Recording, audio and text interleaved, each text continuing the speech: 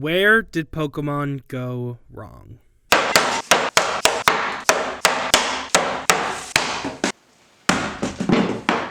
Lying to their fans! Today I'm going to give you the solution to fix Sword and Shield's god-awful self-sabotaging and hollow writing. But before I do that, I have to sort out how things got this bad to begin with. Everything begins and ultimately ends with this man, Toshinobu Matsuya, Game Freak's head writer for Sword and Shield. I say head writer, but it starts to get a little fuzzy when you put a label on it. All he's credited for in Sword and Shield's end sequence is main scenario, but it may as well be the same thing. He's the one who makes the calls. For this game and every other game apart from it. Pokemon Crystal, Emerald, Black, White, fucking Tangerine. The difference is, every game before Sword and Shield, somebody else has worked with him rather than under him. So just keep this in mind. We've seen this man do good, we've seen him do bad, and it just so happens today, we're looking at the ugly. And holy shit is it ugly.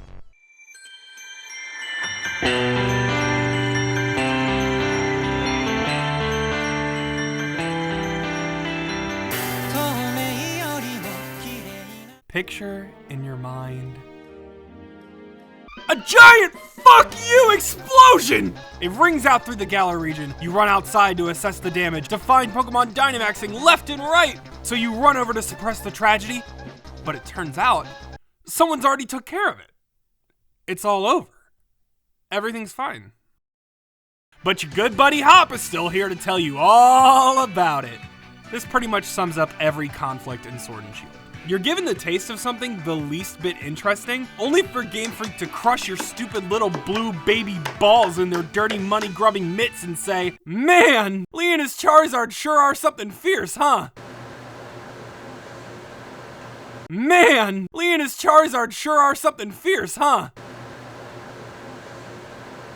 Man, Lee and his Charizard sure are something And if you're satisfied with just that little crumb of what anyone else would call the bare minimum, well, I don't want to kink shame you.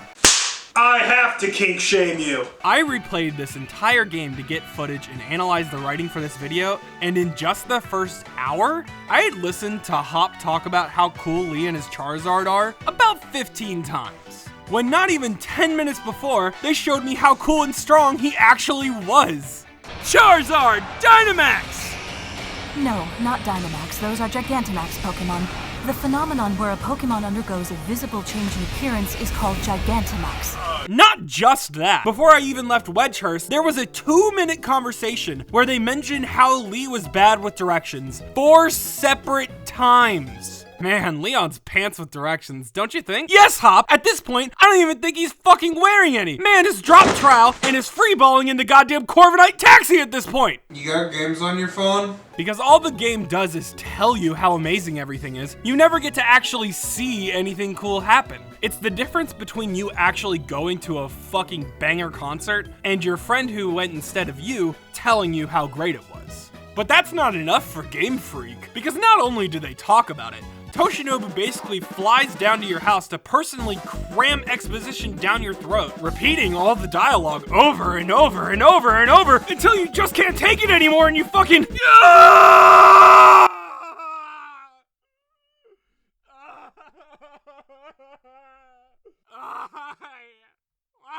But let's look past all of it for a second and ask ourselves if this dialogue issue miraculously fixed itself. If people just did things rather than talking about it all the time or having any of their lines overstay their welcome, would it be good? No! Seems like you can run the company on your own without me around. Oh no. After all, you have your own work to do. I guess I do, don't I?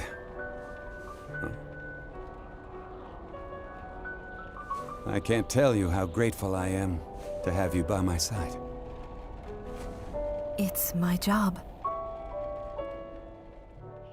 Foreshadowing is defined as alluding to something early on that will happen later in your story. Huh. I guess the definition must be different in Japan because god damn did that not work out. Just to name a few things off rip that are talked about and never brought up again. Sonya and Lee's rivalry, the gym challenges separate major and minor leagues, which quite frankly, do not exist. And how about Nessa's apparent fixation with this lighthouse? Why is this statue here? Why does she like it so much? Why is there a fucking dude just vibing at the top with his wingle? Let me in! I need to know! This is crucial information, Game Freak! Let me in! Let me in! Just please, let me in the fucking lighthouse! Imagine if I said to you, yeah, I went to heaven once. It was pretty pog.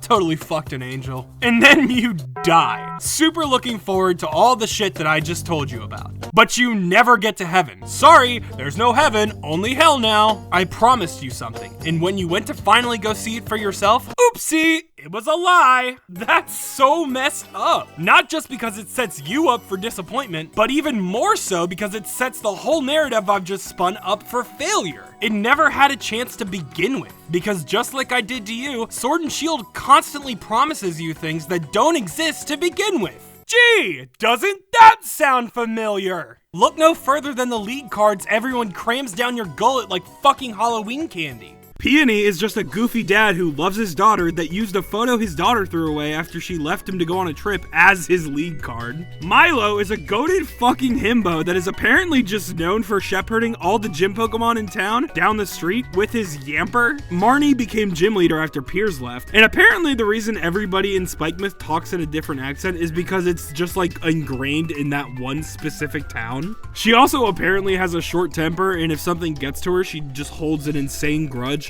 Which is not true. That's not how she acts at all. Nessa's league card alludes to literally everything we saw in her Twilight Wings episode. So it's not like they didn't have the characterization for her, they just chose not to show it. Kabu was just a shitty little kid that migrated from Hoenn and learned the value of dedicating yourself to a craft. And the reason Melanie is so cruel when talking to you is because she's always pissed off from fighting with her son. It's apparently so bad that the entire town is split between the two of them, and their fighting has caused everybody to take different sides. Why didn't we get this? I want this! I wanted that! I still want it! Give it to me! I wanted a sweet, sweet breakable bar of diabetes, but instead, you gave me a Kit Kat with Toshinobu's rusty pube razor crammed inside. But even if they fix this too, it still wouldn't be enough. Because the way they structured their dialogue is so inherently flawed, even with all of that backing it up, it couldn't possibly work. Have a taste of our true power! Our green power just keeps on growing stronger and stronger! Just keep going, me. Just keep going and going. I wasn't sure about the right thing to do in that battle. I'm the kind of guy who gets fired up in these situations. Pokeballs! Great balls! The muscles I use for work in battle are different. Toxel are so cool. I really, really want one. If you've got a Toxel, would you please... Yeah, I get it. Toxel are so cool. There's no way you'd trade me one. I'm at a disadvantage in terms of type matchups, but experience is on my side. Gastrodon, I choose you! Squeeze! Squishy, squish, squish! Okay, that one can stay. You see what I mean? It all sounds so... fake. No one ever says anything to each other. In this game, it feels like everyone's saying something to you. These people make statements, not conversation. And the more you read it all off in your head, the more it feels like you were the only one ever meant to hear anything that they had to say. If a game's world could not live without you being there, it's not a world. It's set dressing. Which is hilarious, because just like that girl who stood your stinky, unwashed, melee-loving ass up at prom, you're barely a part of that world to begin with. In Persona 4, if I walk up to Yosuke and tell him he's got a nice cock, it has an effect on him. It doesn't really matter what he does with that information, it's the fact that he does anything with it at all to begin with.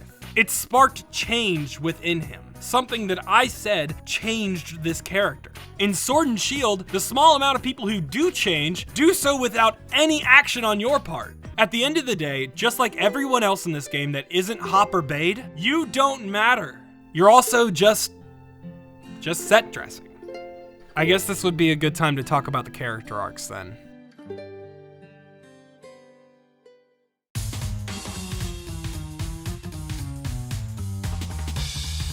Bede was alright. His arc starts out beautifully. He's an arrogant little piss bitch to anyone he considers beneath him, constantly mentioning how better he is than you, based on one sole thing: his endorsement from Chairman Rose. That makes a lot of sense at first glance. If you give a 14-year-old endless power, they're bound to misuse it. But then we start digging into the old anal Bede a bit deeper and start to unearth some sweet, sweet ore. Oh, sweet, I found a diamond. This didn't start at his endorsement by the champion, because just like any kid who Naruto ran in the halls, Bede got bullied. And he fucking deserved it.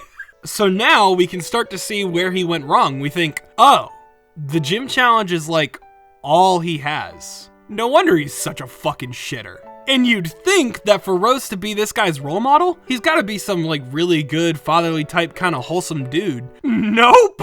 Dude literally forgets who Bede is entirely and barely acknowledges all the work that he put in to gather exceedingly rare, life-saving energy across the region. And all Bede has to say about it is how he needs to make Mr. Rose proud. And it gets worse, because even right after he goes off the rails and destroys a historical monument and gets disqualified from the gym challenge, all this poor kid can think about is how to convince Rose of how much he can be worth to him. This is so manipulative, what the fuck?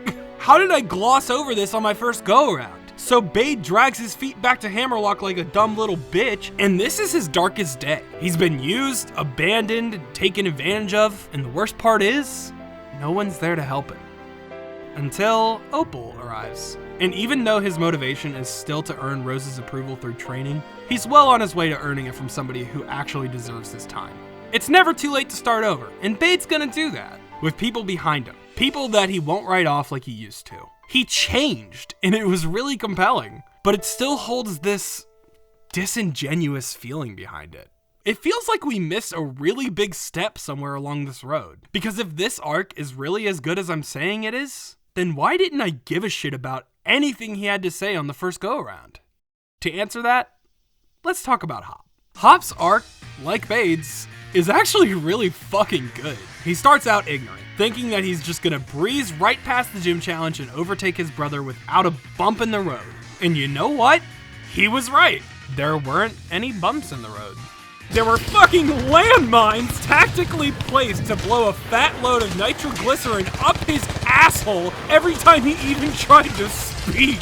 He loses a lot, and it's his own fault because he believes wholeheartedly that his destiny is to be like his brother. He admires Lee so much that he's afraid he's going to ruin his image. More worried about that than actually, training? But even when he breaks out of his little rut and actually does train his heart out to be the best that he can be, no matter what he does, he just fails over and over and over. The entire post-game, he has to come to terms with the fact that he can't follow his dream, and maybe he should pursue something else, rather than trying to be someone he's not, his brother. And even when he gets everything he wants and proves himself worthy of being a real-ass fucking hero, better than his brother, he stays true to the person that he's become and resolves to find a new dream, something that only he can do. This is the best written arc in all of this game. It's phenomenal. So why am I getting that same disappointing feeling I had when talking about Bede? Their arcs are great, but it's all just so artificial.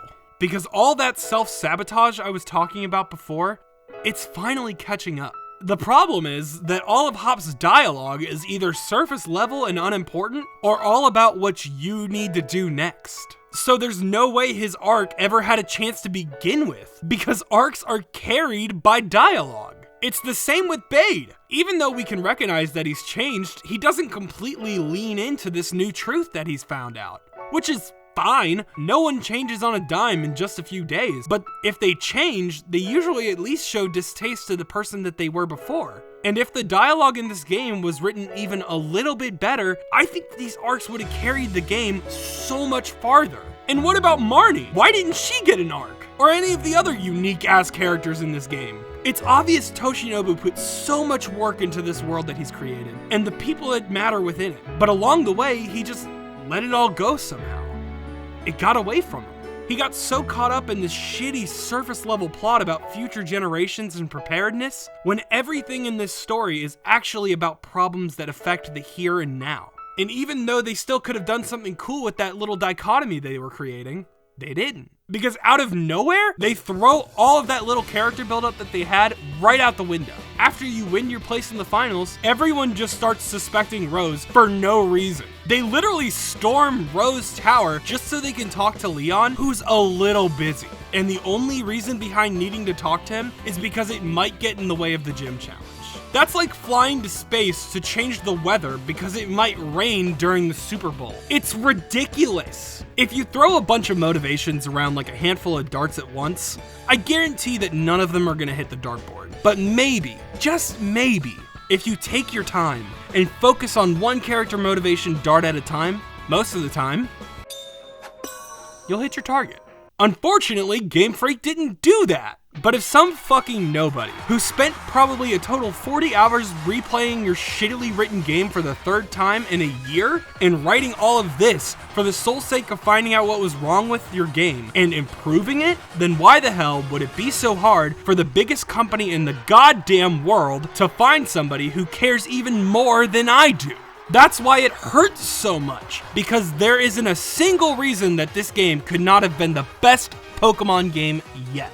And it's about damn time I showed you how much better it could really be.